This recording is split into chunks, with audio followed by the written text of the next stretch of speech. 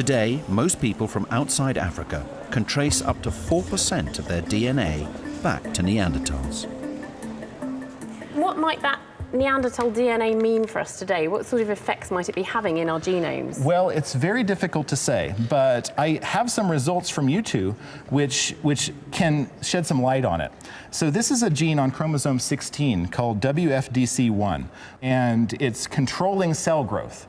Yeah. We don't know what difference it makes to have different copies of it. So this is very early stages at the moment, but Absolutely. we're starting to understand the implications of having some Neanderthal genes in our genomes. And actually, we do know something about Neanderthal genes which is very interesting, and that's that we know that at least some Neanderthals had red hair, and that's very useful for Victor.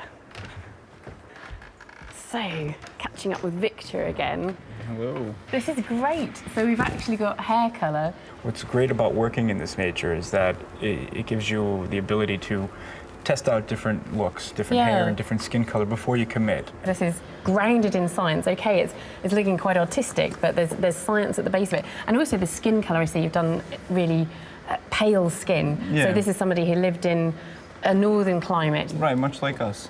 It's really starting to come together. Now, there's one question I want to ask is, can we tell how this individual died? It's a great question, and usually we can't. But in this case, the skeleton gives us some really interesting clues. On the outside of your bones is a membrane, and you can see here where it's roughened, that membrane was laying down new bone at around the time that this individual died.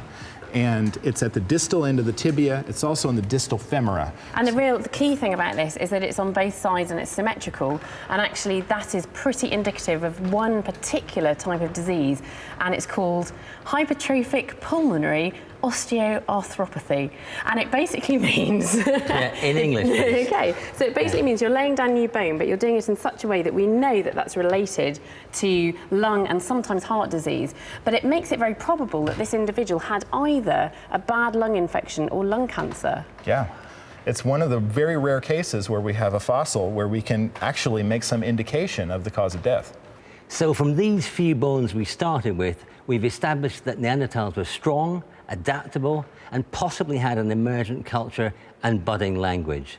They were well suited to their Ice Age home, and given they were such a successful species, they survived for 350,000 years. Yet when the crunch came, they may simply have been unlucky. It is very sad that they're no longer with us, but we have been able to bring Lapharasie-1 back to life with the help of all of this scientific evidence and our amazing model makers. We started with a composite skeleton based on Lapharasie-1 and other finds. And over 2 months, we've carefully been reconstructing him. With extraordinary attention to detail, the muscles were painstakingly added to rebuild his body. His face was recreated using forensic techniques. Then the skin and hair were added. Now he's finished, and he's here. So should we go and have a look? I can't wait. Yeah. This is so exciting. We have literally never seen this before. Under a sheet. Go on then, Victor. Wow. Wow. Oh my goodness. Wow, his eyes sparkle. He's really lifelike. Yeah. The nose is really prominent, That is isn't just it? fantastic. Still trying to get my head around the fact that this guy is in my ancestry and not that far back. John, what do you think? Give me a break. You looked like twins. Isn't he wonderful? I mean, this just looks like a living, breathing Neanderthal.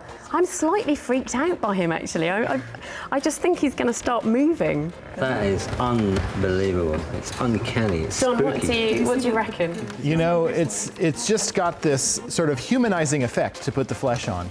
And it's the challenge is to make something that's different from us look different, when in fact, the details point to great similarity. Oh, I could just imagine him striding off. What do you reckon? Is he muscly enough? Yeah, he's got to be, but it's really impressive, isn't it? It's a case where focusing on bone doesn't give the whole picture. Yeah. Victor, such a good job. He's absolutely brilliant. Thank you. Yeah.